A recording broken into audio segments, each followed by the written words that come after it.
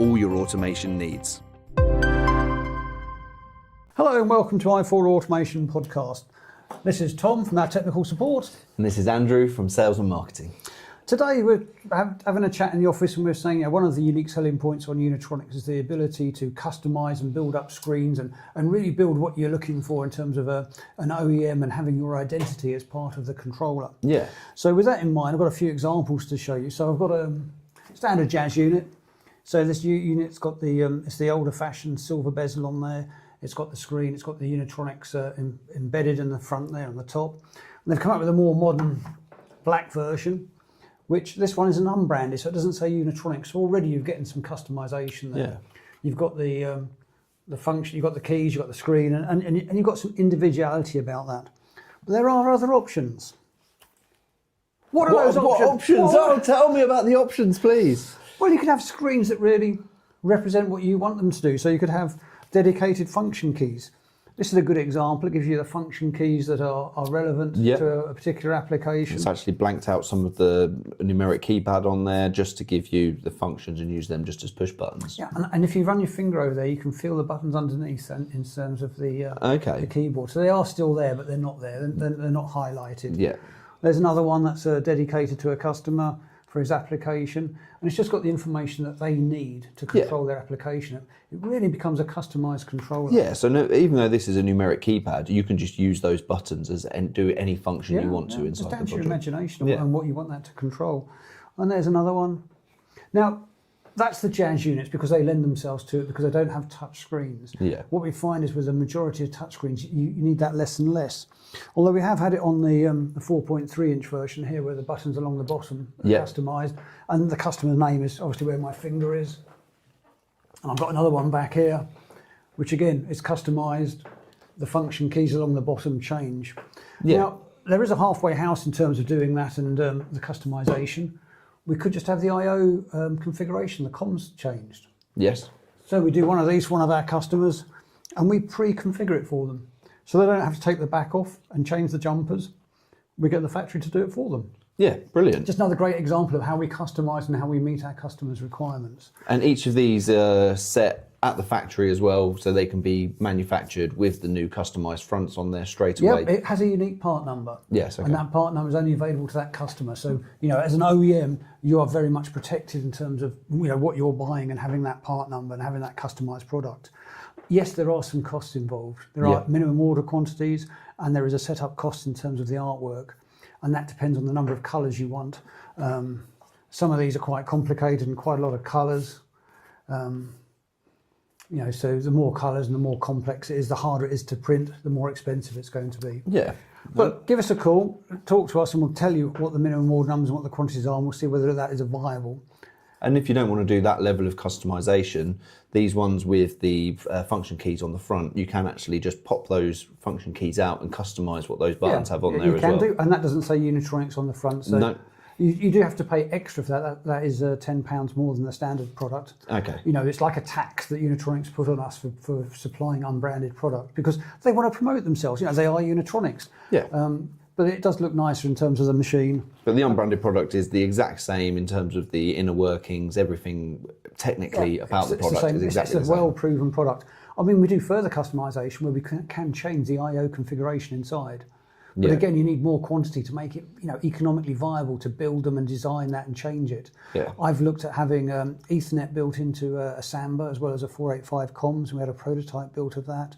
But we've also looked at some other products where we've changed the I/O configuration to meet the customer's requirements. Yeah, and from my experience, from what I've seen, Unitronics are quite accommodating to tailor-make some product that might work in an environment if the numbers are there. The numbers have got to be there because it's got to be a scale. Yeah. You've got to do it. I have done it on some smaller quantities, but then the customer had to pay a premium for that. Yeah, and it just doesn't seem economically viable. Well, you're talking about making new moulding tools, new printing processes, new jigs and stuff like that to make it work. Behind us, we've got a couple of 15.6 inch Unistreams, and you'll see one of those is branded and one is unbranded. Yeah.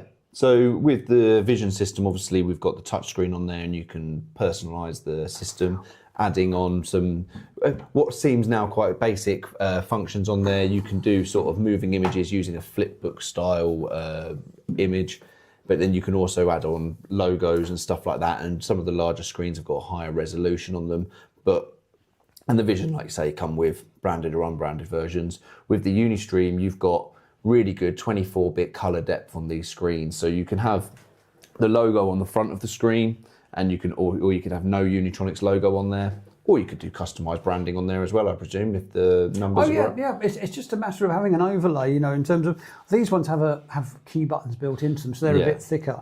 There is a display somewhere, he says frantically looking for it, where a customer did an overlay for a V570.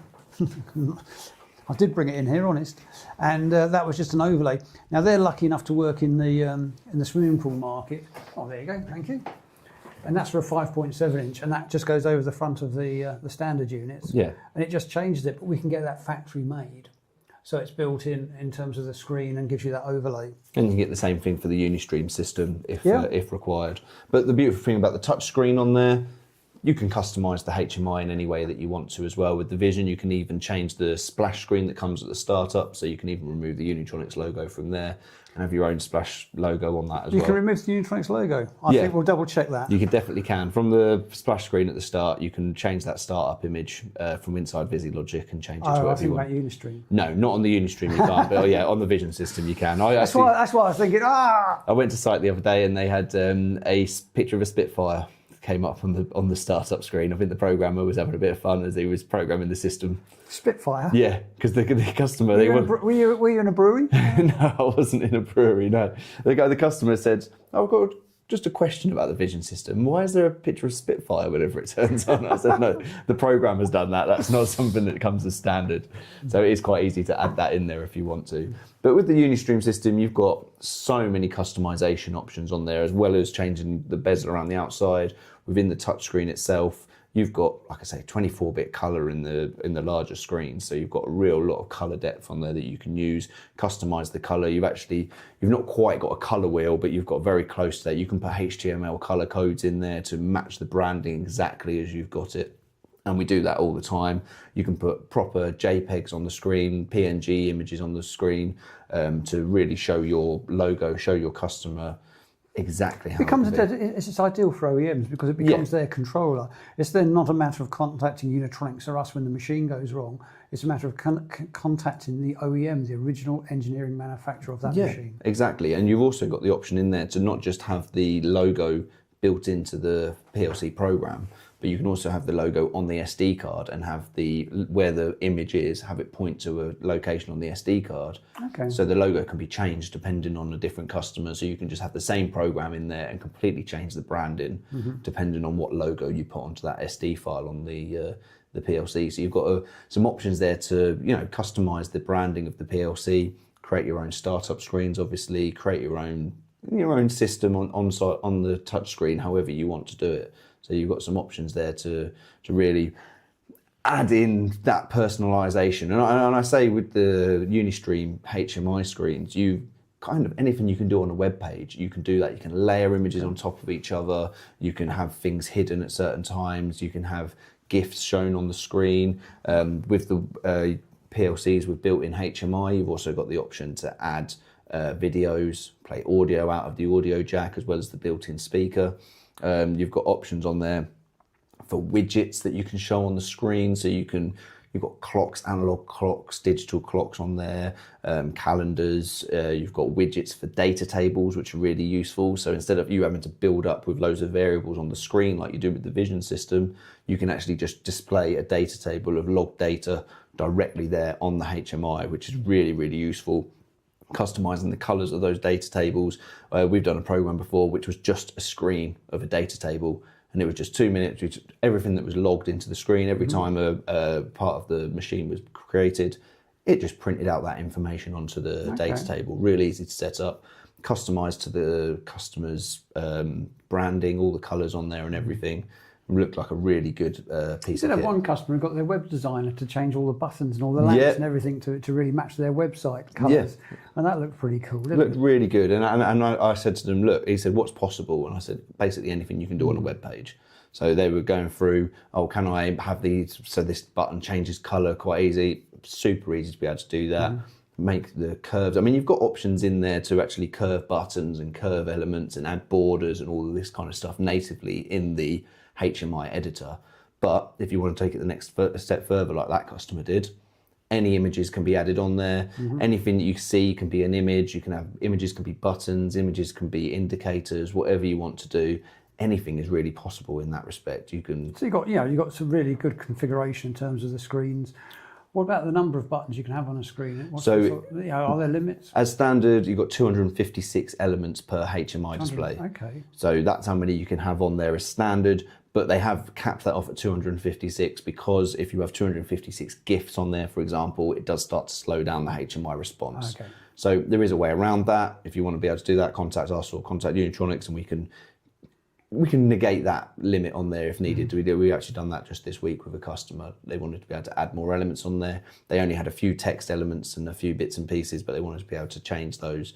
It was really easy to do. Nice big screen was that? I'm thinking 256. You don't want to put it on a 5-inch screen. No, it was the 15.6-inch screen. Not the 21-inch. Not the 21.5. No, it was 15.6. And yeah, they had loads of elements on there. They just had text and a couple of images, and they just wanted to add a few more. So, though Unitronics said, look, we can't be held responsible if this slows down your screen, they did allow us to add more elements on the screen. Okay, so what do they do? Just give you a different firmware or just give basically. Well, no, it wasn't a bit of firmware. You have to change some of the registries in the back end of the Unilogic to enable you jailbreak it. Yeah, yeah. But the options there if you need to be able to add more elements on the screen. Another example of how flexible things are. There are some rules, but the rules are there to be broken and exactly. also be finely tuned, shall we say. Yeah, exactly. And they're trying to put these caps in place just to make sure that you can run as much to the limit of what's possible. Yeah. But if you need to be able to push it further, that is possible. You've got trend graphs on there that look really good, and you can show the scope of a tag inside your program, so you can monitor the machine live with a cyclical trend or an actual data sample. What's the limit between data samples? I'm not sure what the limit is. It all depends on your SD card, and you can set the maximum number of files on the SD card. Okay. As default, I think they've locked it off quite low, but you can add on more if you want to. That's just a setting in there. You don't need to jailbreak it or anything to be able to do that. You can just add more samples into your project, but I'm not sure what the exact number is in terms of sample bits of data on there.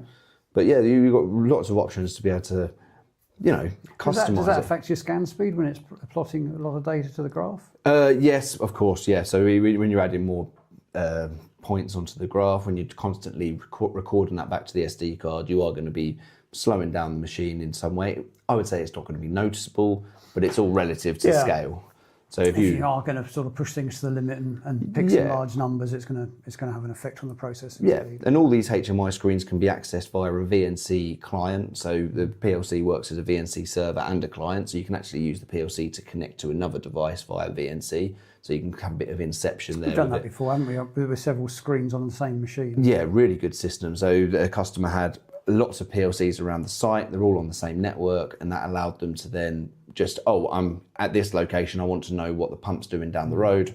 Bang, bang, bang, log onto it. We even did that at an exhibition, didn't we? A few years ago now, we VNC'd into one of the other displays, didn't we? Exactly. On the stand. Yeah, really easy to do. And it's just built into the system. You can effectively literally do it at a push of a button. You push the button, it connects to a pre-configured IP address, and it will just display that PLC's.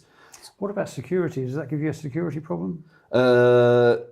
There are passwords that you can set up on the VNC connection. So the VNC client that's inside the PLC, the VNC server, you can set up passwords on that, and it does force you to put a strong password in there. So it needs to have a character and a number, capital and a numeric value in that password. So you've got protection on that side of things. If you're accessing it from the UniCloud device, then you can use the VPN, which is obviously really secure as well. But you've also got on there web server built into all of the PLCs. Yeah, so just thinking about that, that's a pretty powerful remote reader, isn't it?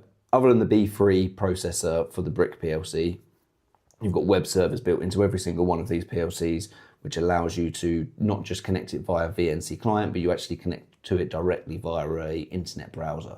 Okay. You put in the IP address of the PLC, and then the web browser screens that you've created inside the PLC, you can see those straight away. Do you want to make those a little bit less graphic hungry to the update quicker? There's certain elements. So there's an option in there to be able to convert an existing HMI page into a web server page if you want to. but there are certain elements that won't transfer over. So when you convert them, it will say, right, this element isn't supported by a web server. So you just have to be a little bit more conscious of that. What's that? I'm guessing 99% of them do convert, do they? Yeah. Oh, yeah. It's video files, things like that won't convert over.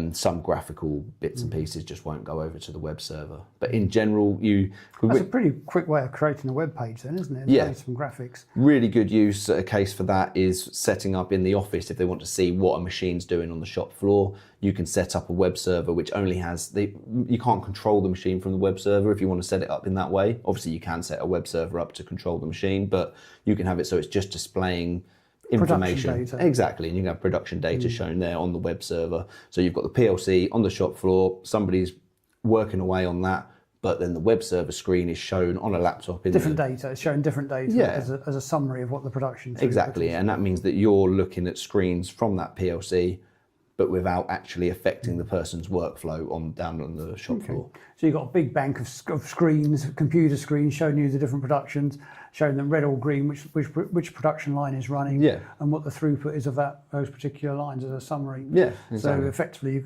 for fractions of cost, you've got a SCADA system there built in. Exactly, yeah, exactly that. That's the closest comparison you can make to that. And I think that allowing you to have multiple PLCs on the shop floor, and then you can web server or VNC into those from one touchscreen, can really reduce your costs and reduce the amount of touchscreens that you need if the application suits it. Well, most people have got PCs anyway, haven't they? So exactly, they've got access to it. It's just opening a web browser, putting in the IP address, going through the security password, and you've got password protection on the web servers as well. So you've got logins for the web server as well as for the VNC, and then of course on the HMI itself that you create with the touchscreen, really good user account controls on there. So you've got passwords, you've got lockout times, you've got special access for certain buttons. You can block off buttons, you can hide buttons if they're not logged in on a certain level. There's a lot you can do there. There's a lot of possibilities. Okay. What else is there we can do on the screens that's really quite Gucci? Is there anything else worth covering? No, we've got the trends, we've got the video, you can play the audio. Overlaying the graphics I always think is nice because you can get things really nice and close and a bit like you do with software for building up logos and such, like the fact you can have layers. Yeah, exactly. And we spoke to a customer that was using sort of Raspberry Pis to build up the screens for their system, but they were able to, they looked at it and they said, look, when we've used PLCs in the past to do it, it's been quite restrictive of what we can do in terms of the graphics. But straight up, they were able to look at what we were able to do with layering bits and pieces on there and see the color density that you can get on the Unistream screen. And they were blown away by it. They really liked the system. They said it was a really good system in that respect. So if you want to do some fancy graphics, if you want some customization, if you want to have something laid out specifically for your application, give us a shout. We'll give you some pricing. We'll have a talk to the factory and see what can be done. It's not like an everyday price list that we've got sitting there saying, this is the cost. Yeah. If you want to have a look at the graphics you have, particularly on the Unistream, really lends itself to some sexy graphics. Yeah. Again, give us a shout and we'll see what's available, what can be done. Yep. And don't forget, like and subscribe. Thanks for your time. Bye-bye. Cheers. All your automation needs.